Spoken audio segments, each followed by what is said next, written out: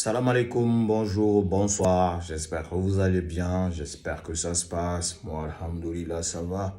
L'homme est sous la protection divine, à la veille. Frères et sœurs, bienvenue sur la page de votre frère, Kingaji 224, Toutoufou. C'est ici et nulle part ailleurs. Merci de partager cette vidéo, merci de la liker, merci de vous abonner à cette page. Parce que ici, non seulement vous allez avoir les informations sûres et fiables, mais vous les aurez en temps et en heure. C'est pourquoi c'est ici et nulle part ailleurs. Aujourd'hui, ce soir ou ce matin, ça dépend de votre position, ça dépend de l'heure à laquelle que vous allez regarder cette vidéo. On continue de mettre le turbo. On continue de mettre le turbo. Comment? Je vais vous mettre une vidéo vite fait qu'on va faire une analyse de béton après. Après avoir regardé la vidéo. Dans cette vidéo, vous allez voir le grand frère Mandian Sidibé, qui est aujourd'hui directeur général de l'OGP en Guinée, qui a la réputation d'un journaliste le plus informé de la République de Guinée à l'époque du pouvoir d'Alpha Condé. C'était lui qui était à la tête des sources les plus fiables données sur les réseaux sociaux. Et dans cette vidéo, vous allez voir aux côtés, assis, Monsieur Fama Kanté aujourd'hui, qui a pris une autre posture. Alors pour ça, comme nous sommes des êtres humains, bon, je ne l'en veux pas, c'est sa volonté, c'est sa position. Vous allez voir, aux côtés de M. Mandian Sidibé, M. Fama assis, sur cette vidéo, des explications exactes des charniers concernant Faban, concernant les enterrements des corps dans les fosses, tel que Charlie l'a expliqué. La vidéo, elle date de 2021, avant même le début du procès. Wow! Alors pour ça, frères et sœurs guinéens et africains, je vous demanderai de partager au maximum cette vidéo parce que nous sommes en train de bosser pour faire rayonner, sortir la vérité pour le peuple de Guinée, pour le peuple africain. Alors pour ça, le Tout-Puissant Allah, le Dieu le tout miséricordieux, veille sur nous matin, midi, soir. On est tranquille parce que c'est le chemin de la vérité. Dieu sait déjà la vérité et il va protéger ceux qui sont en train de se battre pour qu'il y ait justice, pour que ces morts puissent enfin reposer en paix. Les perturbés n'arrivent plus à dormir. À la personne du capitaine Dadis, depuis la sortie de Charlie, n'arrive plus à dormir. C'est appel sur appel, de gauche à droite, les gonos et autres, pour tenter de trouver, voilà, une solution pour barrer c'est-à-dire la tempête. Je vais dire l'éclair, la fusée. Charlie Lomo. Mais c'est impossible parce que les preuves sont déjà au niveau du tribunal. Waouh. Vous, les petits patois qui tentent d'influencer ou d'intimider Kingaji, sachez que oui, comme je le dis toujours, c'est le ciel que je loue. Et ça, Dieu seul peut vaincre l'homme. Oui, tu crois à ton fétiche, je crois à mon Allah, à mon Créateur, le Tout-Puissant Al-Jawadjal. Donc, il y a un petit patois qui a tenté de m'intimider, il m'a envoyé cette photo. Il m'a envoyé cette photo. Il m'a envoyé cette photo pour tenter de me faire peur. J'ai rigolé. Après, je lui ai envoyé la photo là, aussi en retour. Je lui ai envoyé ça aussi. Kouroussi. Je lui ai envoyé ça. Sans plus tarder, on va suivre la vidéo. Alors, l'épisode numéro 1 aujourd'hui porte sur le massacre du 28 septembre. Alors, confortez votre position d'écoute, parce que ce que je vais dire, sincèrement, je ne sais pas, c'est ahurissant, c'est pathétique. Alors, je disais que dans notre précédent live, nous vous avons tenu en haleine quant à l'emplacement de la plus grande fosse commune située à Faban, derrière la piste d'atterrissage de l'aéroport international de Conakry-Bessia. Après cette première révélation, nous avons été contactés par d'autres militaires patriotes, témoins oculaires des faits, pour nous filer certaines précisions de taille. Là-dessus, faut-il préciser que l'actuel ministre de la Santé et un certain Edouard Théa, actuellement en poste dans une ambassade de Guinée à l'étranger, tous deux très proches du capitaine Dadis et de M. Papakoli Kourouma au moment des faits, sont profondément impliqués dans cette histoire de charnier formé de camions appartenant au richissime homme d'affaires KPC, mais conduits par des militaires pour drainer plusieurs centaines de corps vers des fosses communes, dont la plus grande est située derrière la piste de Bessia. Un charnier, ce sont des camions, lorsqu'il y a massacre dans un pays, lorsqu'il y a la répression sanglante, meurtrière d'une manifestation dans un pays, comme cela est régulier en Afrique. Donc un charnier, ce sont les véhicules remplis de cadavres qu'on cache aux gens et puis qu'on va jeter. C'est ce qu'on appelle charnier. Exactement. Alors donc les autres ont été, ils ont pris un échantillon de 157 ou 156 personnes. Donc les corps ont été exposés à la mosquée Faisal, alors que ça ne constitue peut-être que le quart du nombre de personnes tuées. Donc les autres ont été ensevelis dans des fosses communes, les autres ont été jetés dans la brousse, d'autres dans la mer. Alors, donc notre source continue à nous dire que les véhicules appartiennent bien sûr à M. KPC, mais que c'était conduit par des militaires. Et c'est justement même cet argument que M. KPC a développé devant les enquêteurs, en disant qu'il ne pouvait pas refuser parce que c'est le président de la République d'alors qui lui demandait de mettre à la disposition de l'armée pour une mission d'État. Donc qui n'avait aucun droit, il ne pouvait pas, mais que ce ne sont pas ses chauffeurs non plus, ce ne sont pas ses chauffeurs non plus qui ont conduit les véhicules. Voilà, donc c'est l'excuse qu'il a voulu trouver, sans oublier que il est déjà complice, même s'il est passif, mais il est complice quelque part parce que ce sont ces camions qui ont servi à cacher des corps. Exactement. Ça, c'est une complicité, même si elle est passive. Et il savait naturellement que, voilà, on empruntait les camions pour transporter des corps. Voilà. Alors, donc, selon nos informateurs, il existerait bien d'autres sites de fosses communes.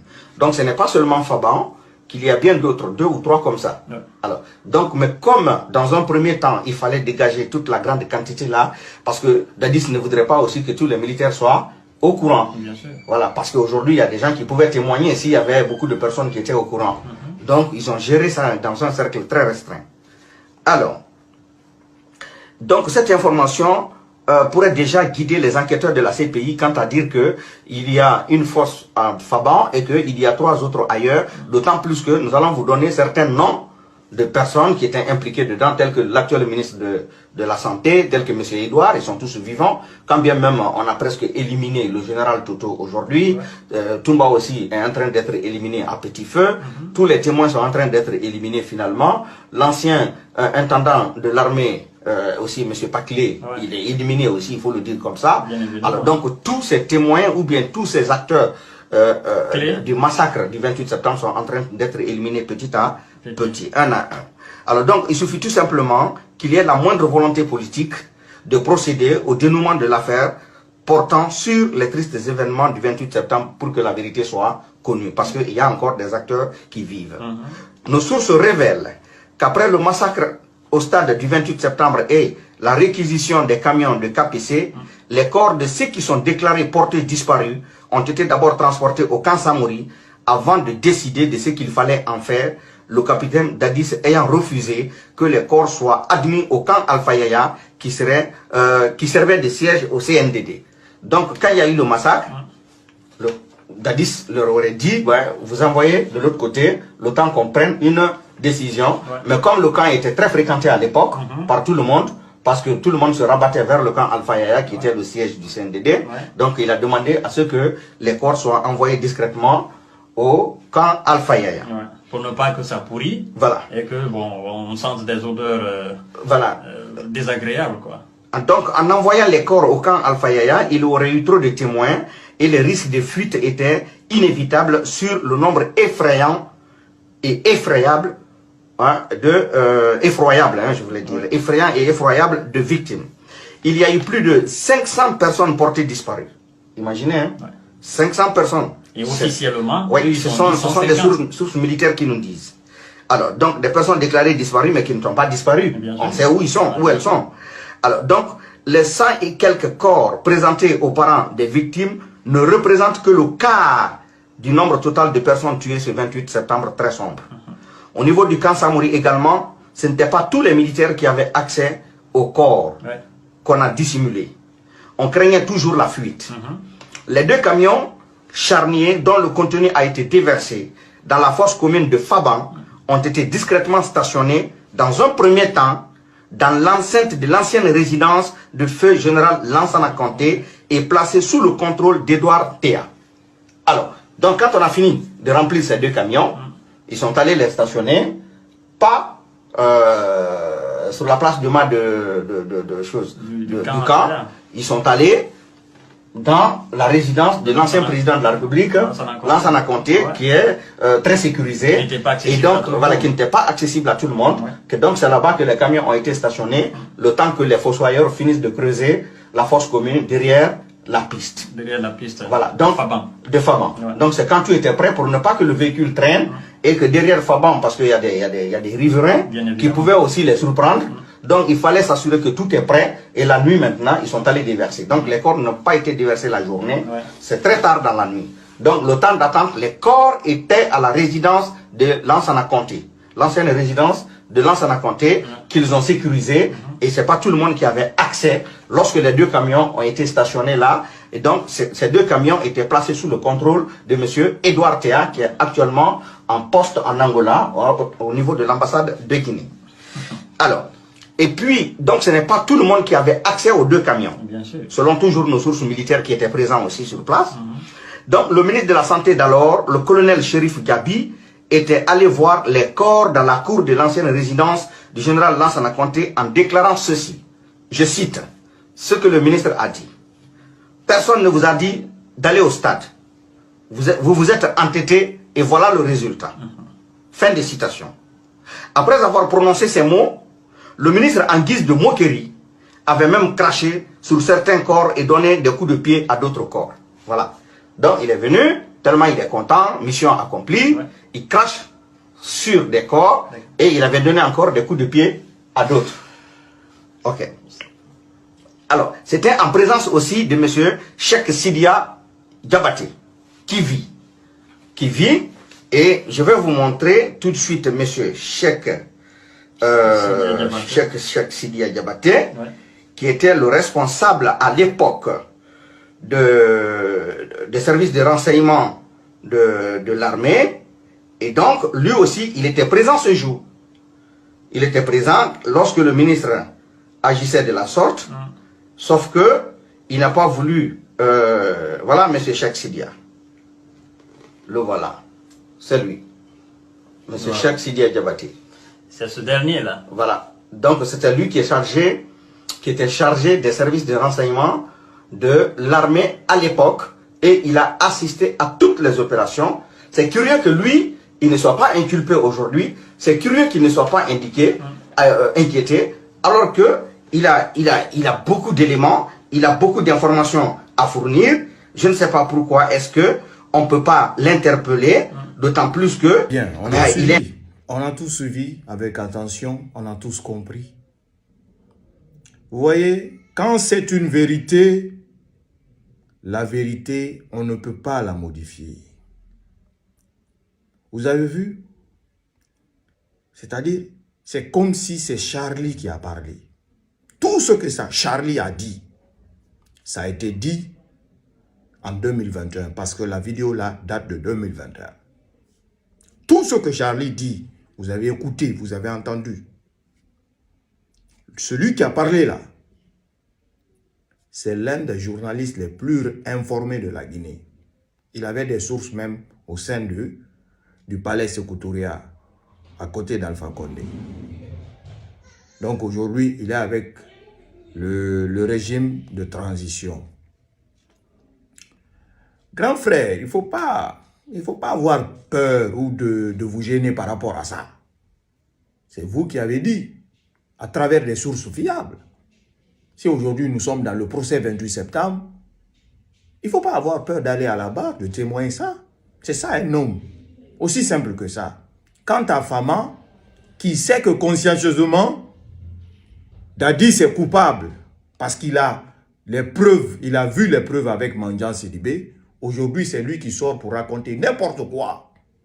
Alpha Condé est rentré-sorti, Sekouba est rentré-sorti, patati patata. Moi, je ne dis pas que Alpha n'est pas impliqué. Je ne dis pas que Sekouba n'est pas impliqué. Est-ce que vous comprenez? Mais à travers les vérités, à travers les faits qui sont devant nous, c'est pourquoi je dis qu'on va faire une analyse de béton. Que tout le monde puisse prendre ça, analyser ça à sa manière et comprendre ça à sa manière. C'était quoi le 28 septembre? C'était quoi le 28 septembre? Le 28 septembre, c'était l'euphorie de trop. C'était l'enfantillage de trop des dirigeants qui prenaient le pouvoir de l'enfantillage. Je vous explique. On dit qu'il y a eu complot d'Alpha, il y a eu complot de Bernard Kouchner, complot de Bolloré, complot de France, patati patata. Maintenant, pourquoi aujourd'hui on parle de massacre? Pourquoi, si ces complots ont-ils eu lieu, ça a réussi? Parce que pour la simple et unique raison, Dadis a envoyé les bérets rouges d'aller au stade. C'est tout. Qui a fait que le complot a réussi? C'est le capitaine Moussa Dadis Camara. Pourquoi? Parce qu'il n'avait confiance à personne. Il n'en faisait qu'à sa tête. La réflexion qu'il avait, c'est ce qu'il faisait. Parce que si un Toumba, ton aide de camp t'a dit de ne pas bouger, de rester au bureau, oui, s'il avait confiance à Toumba, Dadis n'allait pas sortir ce jour par la porte secrète, partir au stade. Parce que pour lui, quand Toumba a quitté devant lui, Toumba lui a dit, ne quitte pas, ici, reste là, ne bougez pas, vous ne partez pas, et que les clés ont été retirées de la voiture du commandement. Qu'est-ce qu'il s'est dit? Il s'est dit, ah, si je reste ici, peut-être, ils vont venir tomber sur moi, ici, ils veulent me tuer. Il a attendu que Toumba part pour qu'il sorte sans que Toumba ne soit au courant. Est-ce que vous comprenez? Parce qu'il n'avait plus confiance à Toumba, il n'avait confiance à personne. Maintenant, il est parti au stade. Il part au stade et les hommes à qui il a confiance, c'est eux qui vont le trahir. Est-ce que vous avez compris? C'est les Marcel, les Macambo, les Georges, tout ceci. Mais déjà, le massacre était déjà planifié. Planifié comment? Georges, lui, a bougé à 7 h du matin avec les recrues de Kalea. Il est parti dans les bus que le président du Libéria actuel, à l'occurrence de George Weah, qui était footballeur à l'époque, a été amené en Guinée par son ami, le grand frère. Désolé que je cite vos noms dans un sale dossier comme ça. Le grand frère Abdou Karim Bangoura, AKB, qui est un ami intime à George Weah. Donc comme c'est un Guinéen, il va envoyer George Weah à l'époque en Guinée. Et George Weah va offrir des bus aux populations guinéennes. Des bus pour que nous puissions, voilà, utiliser ça pour les moyens de transport. Et ces bus, Dadis va les confisquer, les garer au camp. Et c'est les bus-là qui vont servir le 28 septembre, le matin, à 7 h. Georges va prendre les recrues de Kalea, il va les mettre dans ces bus-là, ils vont aller aux alentours du stade. Donc, si ils viennent, il faut les mater. Maintenant, Dadis a fait confiance à Georges, a fait confiance à Makambo, son neveu Marcel. Alors que celui qui l'aimait, celui qui ne voulait pas qu'il tombe dans ce piège, il ne faisait plus confiance à cet homme. Maintenant, pour les mater, au lieu de partir avec des fouets, les gens sont partis avec des armes blanches. Ils sont partis avec des sabres. Ils sont partis avec des machettes. Ah! Des gens qui sont partis avec des sabres, des machettes. Des gens qui voient des êtres humains comme des poulets, comme des coqs. Comment ils ne pouvaient pas rester, comment ils pouvaient rester sans découper les gens? Je suis en train de vous expliquer le 28 septembre. Asseyez-vous confortablement, tranquillement, tranquille. Partagez ces vidéos parce que c'est la vérité. Nous sommes en train de développer aux yeux du peuple guinéen et africain. Maintenant, Toumba va quitter devant Dadis. Pour Toumba, Dadis est rentré dans le bureau. Mais Dadis, comme il n'avait plus confiance en Toumba, va ressortir, quitter dans le bureau, pensant que comme Toumba l'a empêché de partir, il y a un complot qui va venir le tuer là-bas. Donc, c'est dans ça que Dadis va quitter le bureau, partir avec le groupe de Charlie et Pivi au Marokana. Il va rester là et suivre de près qu'est-ce qui se passe et donner des ordres. C'est ce qui s'est passé. Maintenant, si Konaté ou Alpha ou qui que ce soit que vous dites, parce qu'ils n'ont pas d'argument aujourd'hui. Moi-même, je peux défendre Dadis. Il peut me prendre comme son avocat. Parce que ces avocats-là, ce sont des personnes bidons. L'Afroman, là, avec Pépé Abal. C'est des bidons. Aussi simple que ça. Ils n'ont aucun argument si ce n'est pas affaire de complot. Ok. Quelles sont les preuves qui accablent Alpha Condé, qui accablent Sekouba Konaté? Où sont ces preuves-là? Konaté, lui, n'était pas au stade. Alpha, lui, n'était pas au stade. On parle de la réalité. Est-ce que vous comprenez? Je ne vais jamais défendre Alpha Condé, ni Konaté, mais la vérité reste la vérité.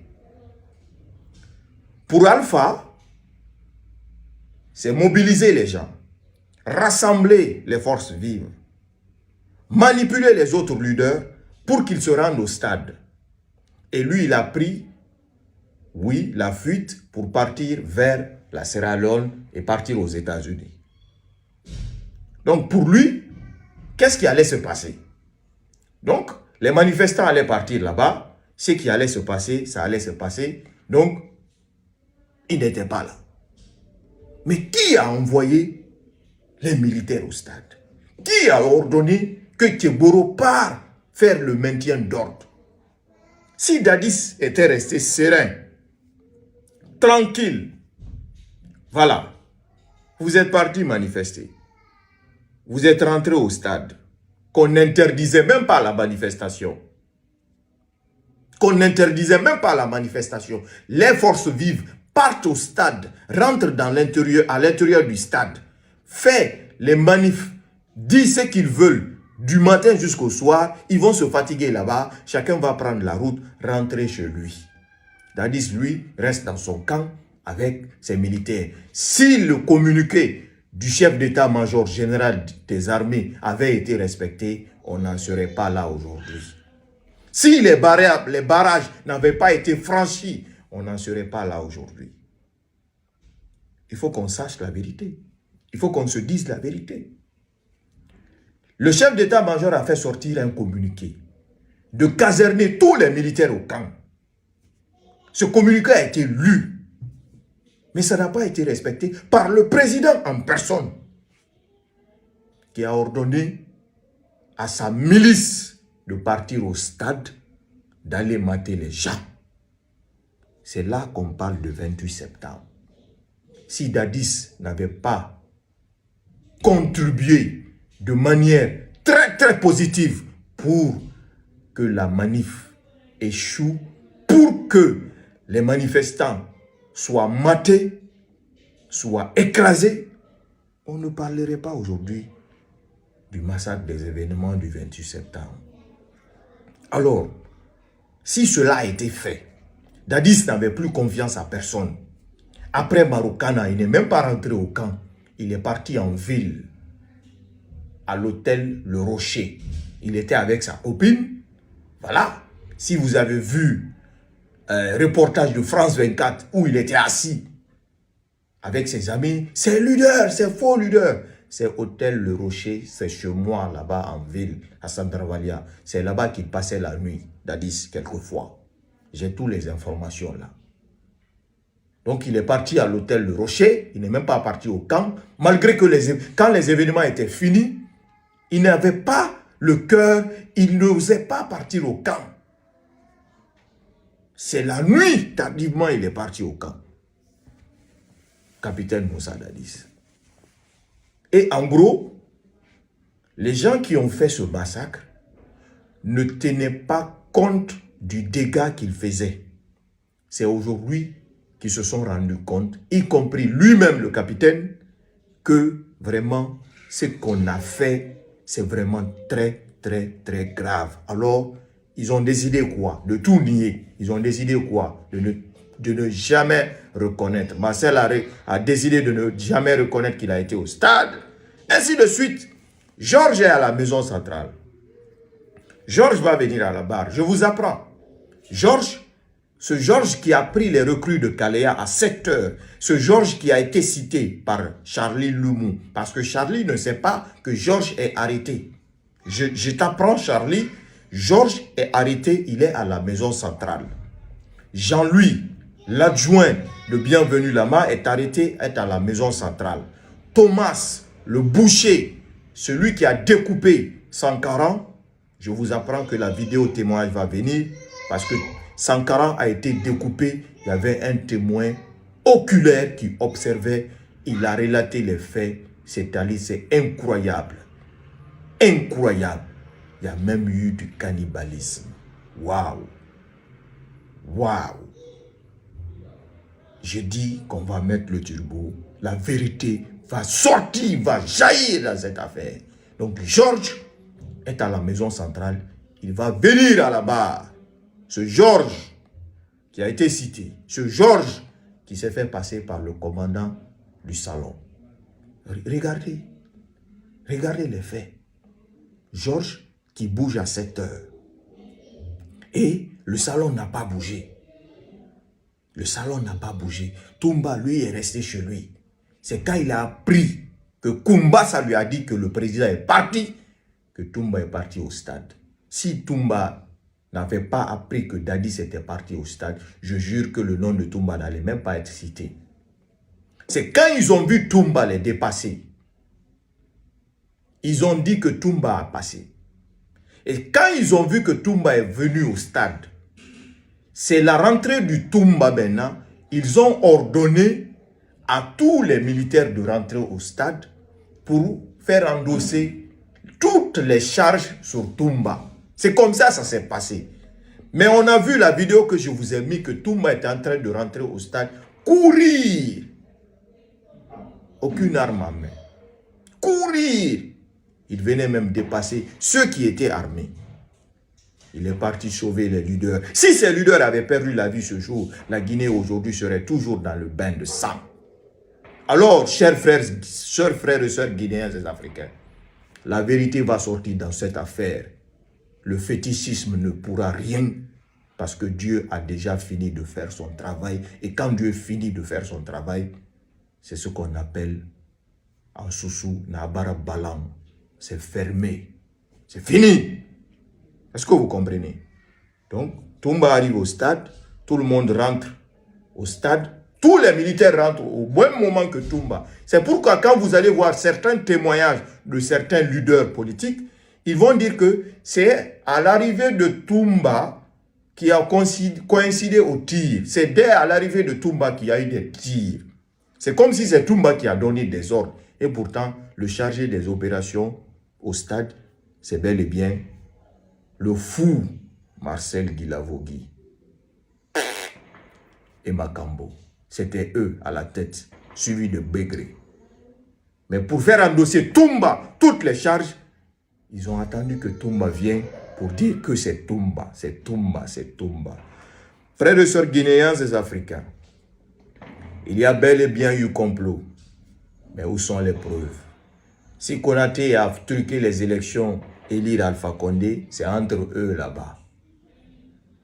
Mais le massacre du 28 septembre, le procès qui est en train de se dérouler aujourd'hui, il n'y aurait jamais eu de massacre si aucun militaire, aucun agent n'avait été envoyé par Dadis.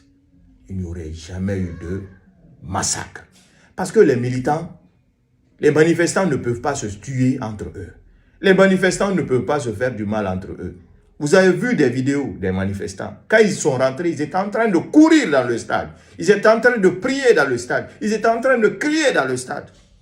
Ils allaient se fatiguer, tout simplement, et retourner ce jeu. Vous vous dites, par, comment on appelle, Panaroya, voilà, c'est un parano, voilà, euphorique, enfantillage. Ouais, j'ai peur, ils vont venir me tuer ici. Il faut partir les mater. Il faut bien les mater. Ceux qui sont partis pour mater maintenant, pour eux, ils étaient assoiffés. Leur arme était assoiffée de sang.